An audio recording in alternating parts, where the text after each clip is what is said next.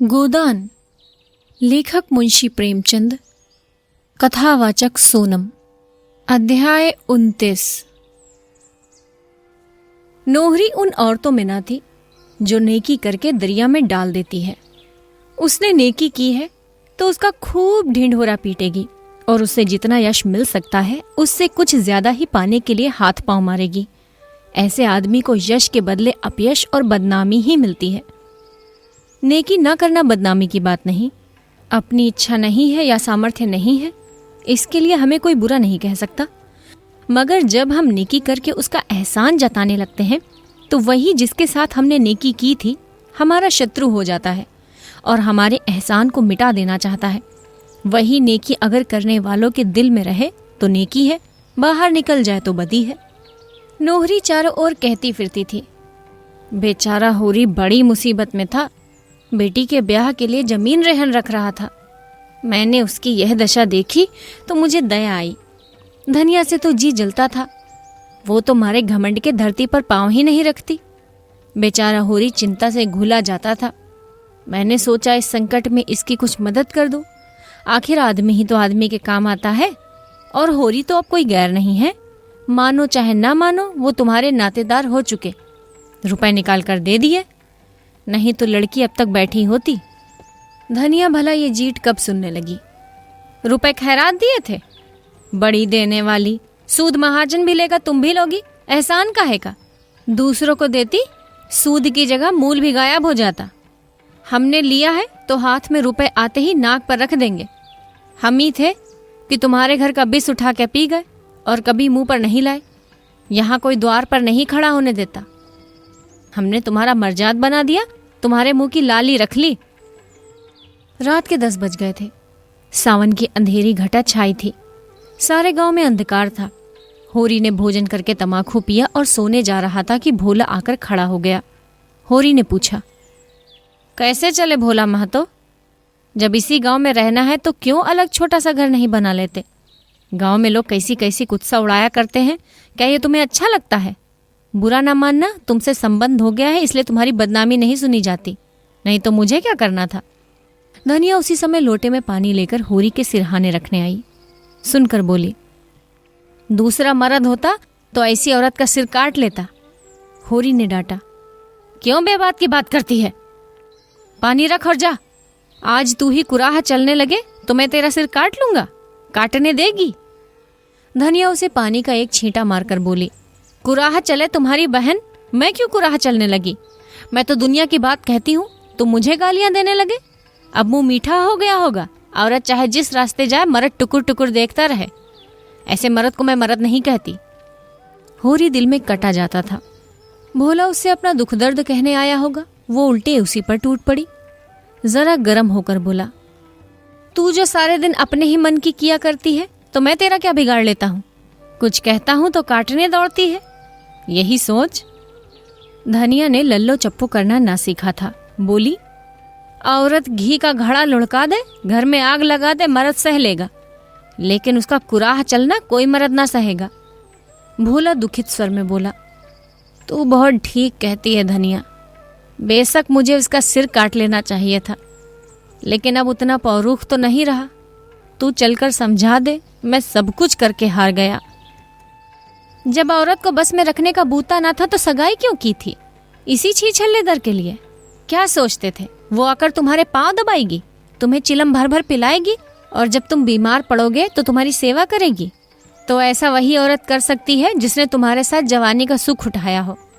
मेरी समझ में ये नहीं आता कि तुम उसे देखकर लट्टू कैसे हो गए। कुछ देखभाल तो कर लिया होता कि किस स्वभाव की है, किस रंग ढंग की है। तुम तो भूखे सियार की तरह टूट पड़े। अब तो तुम्हारा धर्म यही है कि गणासे से उसका सिर काट लो। फांसी ही तो पाओगे, फांसी इस छीछल लेदर से अच्छी। भोला के खून में खूब स्फूर्ति आई। बोला, तो तुम्हारी यही सलाह है? धनिया बोली, हाँ मेरी यही सलाह है।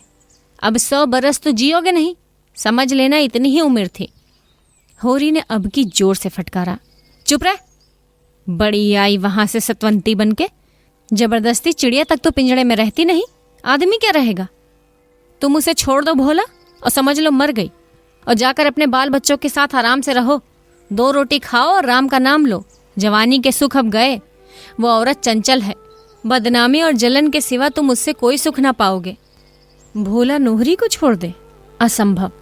नोहरी इस समय भी उसकी ओर रोष भरी आंखों से तरेरती हुई जान पड़ती थी। लेकिन नहीं, भोला अब उसे छोड़ ही देगा। जैसा कर रही है उसका फल भोगे। आंखों में आंसू आ गए। बोला, होरी भैया, इस औरत के पीछे मेरी जितनी सांसत हो रही है मैं ही जानता हूँ।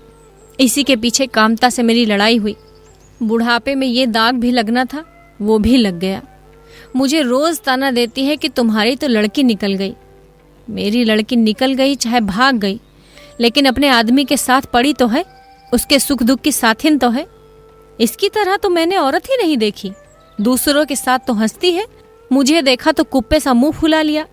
मैं गरीब आदमी ठहरा, 3-4 आने रोज की मजूरी करता हूँ। दूध दही मांस मच्छी रबड़ी मलाई कहाँ से लाऊं? भोला ये प्रतिज्ञा करके अपने घर गया। अब बेटों के साथ रहेंगे, बहुत धक्के खा चुके। लेकिन दूसरे दिन प्रातःकाल होरी ने देखा तो भोला दुलारी सहुआइन की दुकान से तमाकू लिए चले आ रहे थे। होरी ने पुकारना उचित न समझा। आसक्ति में आदमी अपने बस में नहीं रहता। वहां से आकर धनिया से बोला, भोला तो अभी वही है। नोहरी ने सचमुच इस पर कोई जादू कर दिया है। धनिया ने नाक सिकोड़कर कहा, जैसी बेहया वो है वैसा ही बेहया ये है। ऐसे मर्द को तो चुल्लू भर पानी में डूब मरना चाहिए। अब वो सेखी न जाने कहाँ गई। झुनिया यहाँ आई तो उसके पीछे डंडा लिए फिरते रहे थे। इज्जत बिगड़ी जाती, अब इज्जत नहीं बिगड़ती। होरी को भोला पर दया आ गई थी। बेचारा इस उल्टा के फेर में पड़कर अपनी जिंदगी बर्बाद किए डालता है। छोड़कर जाए भी तो कैसे? स्त्री को इस तरह छोड़कर जाना क्या सहज है? ये चुड़ैल उसे वहां भी तो चैन से बैठने न देगी। कहीं पंचायत करेगी, कहीं रोटी कपड़े का दावा करेगी। अभी तो गांव ही के लोग जानते हैं। किसी को कुछ कहते संकोच होता है, कनफुसकियां करके ही रह जाते हैं। तब तो दुनिया भी भोला को बुरा ही कहेगी। लोग यही कहेंगे कि जब मर्द ने छोड़ दिया तो बेचारी अबला क्या करे। मर्द बुरा हो तो औरत की गर्दन काट लेगा, औरत बुरी हो तो मर्द के मुंह में कालिख लगा देगी। इसके 2 महीने बाद एक दिन गांव में यह खबर फैली कि नोहरी ने मारे जूतों के भोला की चांद गंजी कर दी। वर्षा समाप्त हो गई थी और रबी बोने की तैयारियां हो रही थी। होरी की ऊख तो नीलाम हो गई थी। ऊख के बीज के लिए उसे रुपए न मिले और ऊख न बोई गई। उधर दाहिना बैल भी बैठाऊ हो गया था और एक नए बैल के बिना काम न चल सकता था। पुनिया का एक बैल नाले में गिरकर मर गया था। तब से और भी अड़चन पड़ गई थी। एक दिन पुनिया के खेत में हल जाता, एक दिन होरी के खेत में। खेतों की जुताई जैसी होनी चाहिए वैसी न हो पाती थी। होरी हल लेकर खेत में गया, मगर भोला की चिंता बनी हुई थी। उसने अपने जीवन में कभी ये ना सुना था कि किसी स्त्री ने अपने पति को जूतों से मारा हो। जूतों से क्या, थप्पड़ या घूंसे से मारने की भी कोई घटना उसे याद ना आती थी। और आज नोहरी ने भोला को जूतों से पीटा और सब लोग तमाशा देखते रहे। इस औरत से कैसे उस अभागे का गला छूटे। अब तो भोला को कहीं डूब मरना चाहिए। अब जिंदगी में बदनामी और दुर्दशा के सिवा और कुछ ना हो तो आदमी का मर जाना ही अच्छा है। कौन भोला के नाम को रोने वाला बैठा है? बेटे चाहे क्रियाक्रम कर दे, लेकिन लोक लाज के बस आंसू किसी की आंख में ना आएगा। तृष्णा के बस में पड़कर आदमी इस तरह अपनी जिंदगी चौपट करता है। जब कोई रोने वाला ही नहीं तो फिर जिंदगी का क्या मोह और मरने से क्या डरना। एक ये नोहरी है और एक ये चमारिन है सिलिया। देखने सुनने में उससे 10 लाख दर्जे अच्छी। चाहे तो 2 को खिलाकर खाए और राधिका बनी घूमे, लेकिन मजूरी करती है, भूखों मरती है और मतई के नाम पर बैठी है, और वो निर्दयी बात भी नहीं पूछता। कौन जाने, धनिया मर गई होती तो आज होरी की भी यही दशा होती। उसकी मौत की कल्पना ही से होरी को रोमांच हो उठा। धनिया की मूर्ति मानसिक नेत्रों के सामने आकर खड़ी हो गई। सेवा और त्याग की देवी, जबान की तेज पर मोम जैसा हृदय, पैसे पैसे के पीछे प्राण देने वाली, पर मर्यादा रक्षा के लिए अपना सर्वस्व होम कर देने को तैयार। जवानी में वो कम रूपवती न थी। नोहरी उसके सामने क्या है? चलती थी तो रानी सी लगती थी। जो देखता था देखता ही रह जाता था। ये पाटेश्वरी और झिंगूरी तब जवान थे। दोनों धनिया को देखकर छाती पर हाथ रख लेते थे। द्वार के 100 चक्कर लगाते थे। होरी उनकी ताक में रहता था, मगर छेड़ने का कोई बहाना न पाता था। उन दिनों घर में खाने पीने की बड़ी तंगी थी। पाला पड़ गया था और खेतों में भूसा तक न हुआ था। लोग झड़बेरियां खा खाकर दिन काटते थे। होरी को कहत के कैंप में जाकर काम करना पड़ता था। 6 पैसे रोज मिलते थे। धनिया घर में अकेली ही रहती थी, लेकिन कभी किसी ने उसे किसी छैला की ओर ताकते नहीं देखा। पाटेश्वरी ने एक बार कुछ छेड़ की थी, उसका ऐसा मुंह तोड़ जवाब दिया था कि अब तक नहीं भूले। सहसा उसने मतादीन को अपनी ओर आते देखा। कसाई कहीं का, कैसा तिलक लगाए हुए है, मानो भगवान की असली भगत है। रंगा हुआ सियार, ऐसे बाहमन को पालागन कौन करे? माता दी ने समीप आकर कहा, तुम्हारा दाहिना तो बूढ़ा हो गया होरी, अब की सिंचाई में न ठहरेगा। कोई 5 साल हुए होंगे इसे लाए। होरी ने दाएं बैल की पीठ पर हाथ रखकर कहा, कैसा 5वां या 8वां चल रहा है भाई? जी तो चाहता है कि इसे पेंशन दे दूं, लेकिन किसान और किसान के बैलन को जमराज ही पेंशन दे तो मिले। इसकी गर्दन पर जुआ रखते मेरा मन कचोटता है। बेचारा सोचता होगा अब भी छुट्टी नहीं, अब क्या मेरा हाड़ जोतेगा? लेकिन अपना कोई काबू नहीं। तुम कैसे चले? अच्छा तो जी अच्छा है। माता दीन इधर 1 महीने से मलेरिया ज्वर में पड़ा रहा था। एक दिन तो उसकी नाड़ी छूट गई थी, चारपाई से नीचे उतार दिया गया था। तब से उसके मन में ये प्रेरणा हुई थी कि सिलिया के साथ अत्याचार करने का उसे ये दंड मिला है। जब उसने सिलिया को घर से निकाला तब वो गर्भवती थी। उसे तनिक भी दया न आई। पूरा गर्भ लेकर वो मजूरी करती रही। अगर धनिया ने उस पर दया न की होती तो मर गई होती। कैसी कैसी मुसीबतें झेलकर जी रही है। मजूरी भी तो इस दशा में नहीं कर सकती। अब लज्जित और द्रवित होकर वो सिलिया को होरी के हंसते 2 रुपए देने आया है। अगर होरी उसे वो रुपए दे दे तो वो उसका बहुत उपकार मानेगा। होरी ने कहा, तुम ही जाकर क्यों नहीं दे देते? माता दी ने दीन भाव से कहा, मुझे उसके पास मत भेजो होरी महतो। कौन सा मुंह लेकर जाऊं? डर भी लग रहा है कि मुझे देखकर कहीं फटकार न सुनाने लगे। तुम मुझ पर इतनी दया करो, अभी मुझसे चला नहीं जाता, लेकिन इसी रुपए के लिए एक जजमान के पास कोस भर दौड़ा गया था। अपनी करनी का फल बहुत भोग चुका। इस बहमने का बोझ अब नहीं उठाया उठता। लुक छिपकर चाहे जितना कुकर्म करो, कोई नहीं भूलता, पर अत्तच कुछ नहीं कर सकते, नहीं तो कुल में कलंक लग जाएगा। तुम उसे समझा देना दादा कि मेरा अपराध क्षमा कर दे। ये धर्म का बंधन बड़ा कड़ा होता है। जिस समाज में जन्मे और पले उसकी मर्यादा का पालन तो करना ही पड़ता है, और किसी जाति का धर्म बिगड़ जाए तो उसे कोई विशेष हानि नहीं होती। ब्राह्मण का धर्म बिगड़ जाए तो वो कहीं का नहीं रहता। उसका धर्म ही तो उसके पूर्वजों की कमाई है, उसी की वो रोटी खाता है। इस प्रायश्चित के पीछे हमारे 300 बिगड़ गए। तो जब बेधर्म होकर ही रहना है तो फिर जो कुछ करना है परत्तच करूंगा। समाज के नाते आदमी का अगर कुछ धर्म है तो मनुष्य के नाते भी तो उसका कुछ धर्म है। समाज धर्म पालने से समाज आदर करता है, मगर मनुष्य धर्म पालने से तो ईश्वर प्रसन्न होता है। संध्या समय जब होरी ने सिलिया को डरते डरते रुपए दिए तो वो जैसे अपनी तपस्या का वरदान पा गई। दुख का भार तो वो अकेले उठा सकती थी, सुख का भार तो अकेले नहीं उठता। किसी एक खुशखबरी सुनाए। धनिया से वो अपने दिल की बातें नहीं कर सकती। गांव में और कोई प्राणी नहीं जिससे उसकी घनिष्ठता हो। उसके पेट में चूहे दौड़ रहे थे। सोना ही उसकी सहेली थी। सिलिया उससे मिलने के लिए आतुर हो गई। रात भर कैसे सब्र करे। मन में एक आंधी सी उठ रही थी। अब वो अनाथ नहीं है। माता दीन ने उसकी बाह पकड़ ली है। जीवन पथ में उसके सामने अब अंधेरी विकराल मुख वाली खाई नहीं है।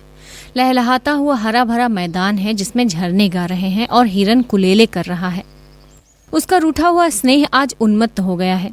माता दीन को उसने मन में कितना पी पी कर कोसा था। अब वो उससे क्षमादान मांगेगी। उससे सचमुच बड़ी भूल हुई कि उसने उसको सारे गांव के सामने अपमानित किया। वो तो चमारिन है, जात की हेठी, उसका क्या बिगड़ा। आज 10-20 लगाकर बिरादरी को रोटी दे दे, फिर बिरादरी में ले ली जाएगी। उन बेचारों का तो सदा के लिए धर्मनाश हो गया। वो मर्जाद अब उन्हें फिर नहीं मिल सकता।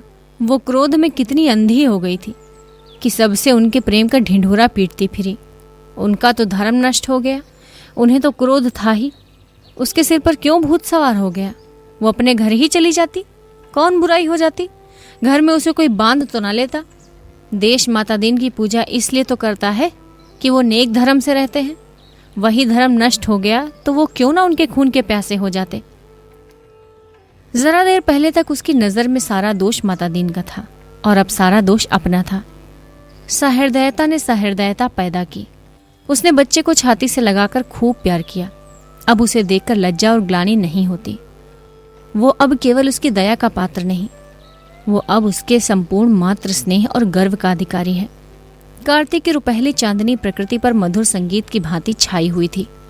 सिलिया घर से निकली। वो सोना के पास जाकर ये सुख संवाद सुनाएगी। अब उसे रहा नहीं जाता। अभी तो सांझ हुई है, डोंगी मिल जाएगी। वो कदम बढ़ाती हुई चली। नदी पर आकर देखा तो डोंगी उस पार थी और मांझी का कहीं पता नहीं। चांद घुलकर जैसे नदी में बहा जा रहा था। वो एक क्षण सोचती रही, फिर नदी में घुस पड़ी। नदी में कुछ ऐसा ज्यादा पानी तो क्या होगा। वो उल्लास के सागर के सामने वो नदी क्या चीज थी।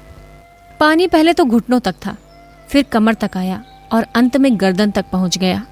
सिलिया डरी कहीं डूब न जाए, कहीं कोई गड्ढा न पड़ जाए, पर उसने जान पर खेलकर पांव आगे बढ़ाया। अब वो मंझधार में है। मौत उसके सामने नाच रही है, मगर वो घबराई नहीं। उसे तैरना आता है। लड़कपन में इसी नदी में वो कितनी बार तैर चुकी है। खड़े खड़े नदी को पार भी कर चुकी है। फिर भी उसका कलेजा धक धक कर रहा है, मगर पानी कम होने लगा। अब कोई भय नहीं। उसने जल्दी जल्दी नदी पार की और किनारे पहुंचकर अपने कपड़े का पानी निचोड़ा। वो शीत से कांपते आगे बढ़ी।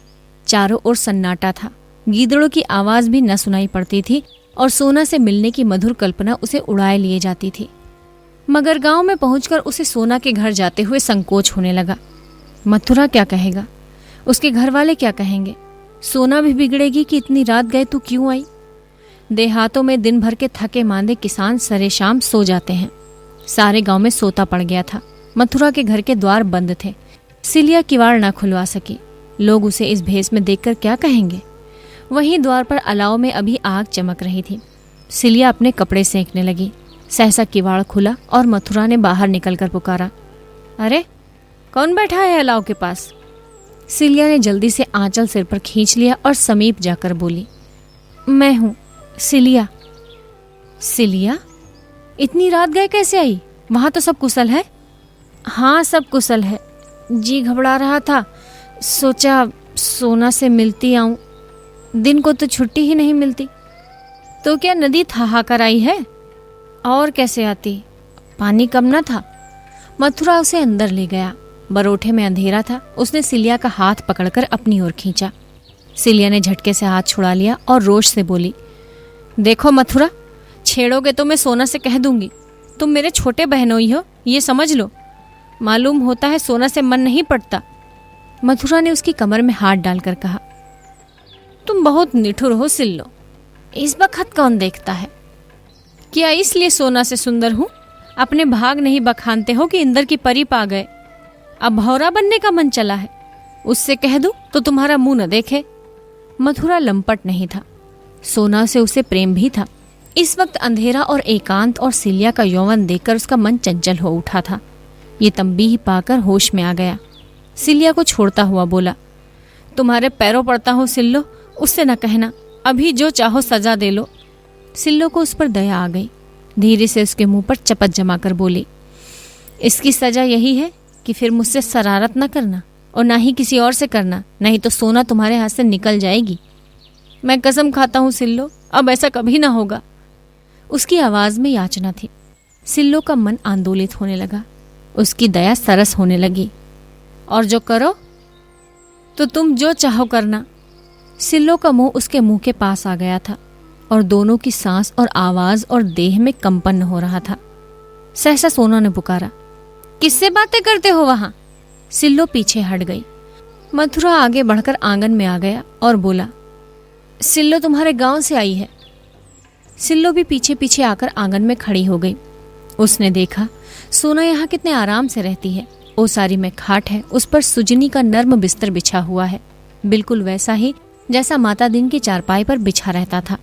तकिया भी है, लिहाफ भी है। खाट के नीचे लोटे में पानी रखा हुआ है। आंगन में ज्योत्सना ने आईना बिछा रखा है।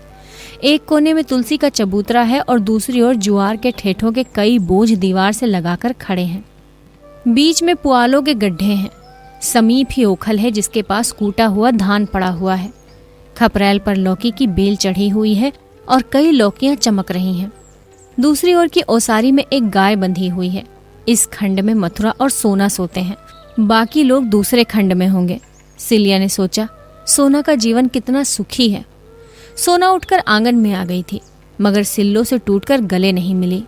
सिल्लो ने समझा शायद मथुरा के खड़े होने के कारण सोना संकोच कर रही है, या कौन जाने उसे अब अभिमान हो गया हो। सिल्लो चमारिन से गले मिलने में अपना अपमान समझती हो। उसका सारा उत्साह ठंडा पड़ गया। इस मिलन से हर्ष के बदले उसे ईर्ष्या हुई। सोना का रंग कितना खुल गया है और देह कैसी कंचन की तरह निखर आई है। गठन भी सुडौल हो गया है। मुख पर ग्रहणीत्व की गरिमा के साथ युवती की छवि भी है। सिल्लो एक क्षण के लिए जैसे मंत्रमुग्ध सी खड़ी ताकती रह गई। ये वही सोना है जो सूखी सी देह लिए झूठे खुरे इधर उधर दौड़ा करती थी। महीनों सिर में तेल ना पड़ता था, पटे चिथड़े लपेटे फिरती थी। आज अपने घर की रानी है। गले में हसूली और हिमूल है, कानों में करन फूल और सोने की बालियां, हाथों में चांदी के चूड़े और कंगन, आंखों में काजल है, मांग में सिंदूर। सिलिया के जीवन का स्वर्ग यही था और सोना को वहां देखकर वो प्रसन्न ना हुई। इसे कितना घमंड हो गया है। कहाँ सिलिया के गले में बाहें डाल घास छीलने जाती थी और आज सीधे ताकती भी नहीं। उसने सोचा था सोना उससे गले लिपटकर जरा सा रोएगी, उसे आदर से बिठाएगी, उसे खाना खिलाएगी और गांव और घर की सैकड़ों बातें पूछेगी और अपने नए जीवन के अनुभव की बातें होंगी। और सोना के मुंह में दही जमा हुआ है। वो यहाँ आकर पछताई। आखिर सोना ने रूखे स्वर में पूछा, इतनी रात को कैसे चली सिल्लो? सिल्लो ने आंसुओं को रोकने की चेष्टा करके कहा, तुमसे मिलने को बहुत जी चाहता था, इतने दिन हो गए, भेंट करने चली आई। सोना का स्वर और कठोर हुआ, लेकिन आदमी किसी के घर जाता है तो दिन को कि इतनी रात गए? वास्तव में सोना को उसका आना बुरा लग रहा था। वो समय उसकी प्रेम क्रीड़ा और हास विलास का था। सिल्लो ने उसमें बाधक होकर जैसे उसके सामने से परोसी हुई थाली खींच ली हो। सिल्लो निसंगी सी भूमि की ओर ताक रही थी। धरती क्यों नहीं फट जाती कि वो उसमें समा जाए? इतना अपमान! उसने अपने इतने ही जीवन में बहुत सा अपमान सहा था, बहुत दुर्दशा देखी थी, लेकिन आज ये फांस जिस तरह उसके अंतःकरण में चुभ गई, वैसे कभी कोई बात न चुभी थी। गुड़ घर के अंदर मटकों में बंद रखा हो तो कितनी ही मूसलाधार पानी बरसे कोई हानि नहीं, पर जिस वक्त वो धूप में सूखने के लिए बाहर फैलाया गया हो, उस वक्त तो पानी का एक छींटा भी उसका सर्वनाश कर देगा। सिलिया के अंतःकरण की सारी कोमल भावनाएं इस वक्त मुंह खोले बैठी हुई थी कि आकाश से अमृत वर्षा होगी। बरसा क्या, अमृत के बदले विष और सिलिया के रोम रोम में दौड़ गया। सर्पदंश के समान लहरें आईं। घर में उपवास करके सो रहना और बात है, लेकिन पंगत से उठा दिया जाना तो डूब मरने की बात है। सिलिया को यहाँ एक क्षण भी ठहरना असह्य हो गया, जैसे कोई उसका गला दबाए हुए हो। वो कुछ न पूछ सकी। सोना के मन में क्या है ये वो भांप रही थी। बांबी में बैठा हुआ सांप कहीं बाहर ना निकल आए, इसके पहले ही वो वहां से भाग जाना चाहती थी। कैसे भागे, क्या बहाना करे? उसके प्राण क्यों नहीं निकल जाते? मथुरा ने भंडारे की कुंजी उठा ली थी कि सिलिया के जलपान के लिए कुछ निकाल लाए। किम कर्तव्य विमूढ़ सा खड़ा था। इधर सिल्लो की सांस टंगी हुई थी, मानो सिर पर तलवार लटक रही हो। सोना की दृष्टि में सबसे बड़ा पाप किसी पुरुष का पर स्त्री और स्त्री का पर पुरुष की ओर ताकना था। इस अपराध के लिए उसके यहाँ कोई क्षमा न थी। चोरी, हत्या, जाल, कोई अपराध इतना भीषण न था। हंसी दिल्लगी को वो बुरा न समझती थी, अगर खुले हुए रूप में हो। लुके छुपे की हंसी दिल्लगी को भी वो हेय समझती थी। छुटपन से ही वो बहुत सी रीति की बातें जानने और समझने लगी थी। होरी को जब भी कभी हाट से आने में देर हो जाती थी तो धनिया को पता लग जाता था कि वो दुलारी सहुआइन की दुकान पर गया था, चाहे तंबाकू लेने ही क्यों न गया हो। वो कई कई दिन तक होरी से बोलती न थी और न घर का काम करती थी। एक बार इसी बात पर वो अपने नैहर भाग गई थी। ये भावना सोना में और तीव्र हो गई। जब तक उसका विवाह न हुआ था ये भावना उतनी बलवान न थी, पर विवाह हो जाने के बाद तो उसने व्रत का रूप धारण कर लिया था। ऐसे स्त्री पुरुषों की अगर खाल भी खींच ली जाती तो उसे दया न आती। प्रेम के लिए दाम्पत्य के बाहर उसकी दृष्टि में कोई स्थान न था। स्त्री पुरुष का एक दूसरे के साथ जो कर्तव्य है, इसी को वो प्रेम समझती थी। फिर सिल्लो से उसका बहन का नाता था। सिल्लो को वो प्यार करती थी, उस पर विश्वास करती थी। वही सिल्लो आज उससे विश्वासघात कर रही है। मथुरा और सिल्लो में अवश्य ही पहले से साठगांठ होगी। मथुरा उससे नदी के किनारे या खेतों में मिलता होगा और आज वो इतनी रात गए नदी पार करके इसीलिए आई है। अगर उसने उन दोनों की बातें सुन न ली होती तो उसे खबर तक न होती। मथुरा ने प्रेम मिलन के लिए यही अवसर सबसे अच्छा समझा होगा। घर में सन्नाटा जो है, उसका हृदय सब कुछ जानने के लिए विकल हो रहा था। वो सारा रहस्य जान लेना चाहती थी, जिसमें अपनी रक्षा के लिए कोई विधान सोच सके। और ये मथुरा यहाँ क्यों खड़ा है? क्यों वो उसे कुछ बोलने भी ना देगा? उसने रोष से कहा, तुम बाहर क्यों नहीं जाते या यहीं पर पहरा देते रहोगे? मथुरा बिना कुछ कहे बाहर चला गया। उसके प्राण सूखे जाते थे कि कहीं सिल्लो सब कुछ कह न डाले, और सिल्लो के प्राण सूखे जाते थे कि अब वो लटकती हुई तलवार सिर पर गिरना चाहती है। तब सोना ने बड़े गंभीर स्वर में सिल्लो से पूछा, देखो सिल्लो, मुझसे साफ साफ बता दो, नहीं तो मैं तुम्हारे सामने यहीं अपनी गर्दन पर गड़ासा मार लूंगी। फिर तुम मेरी सौत बनकर राज करना। देखो गड़ासा वो सामने पड़ा है, एक म्यान में 2 तलवारें नहीं रह सकती।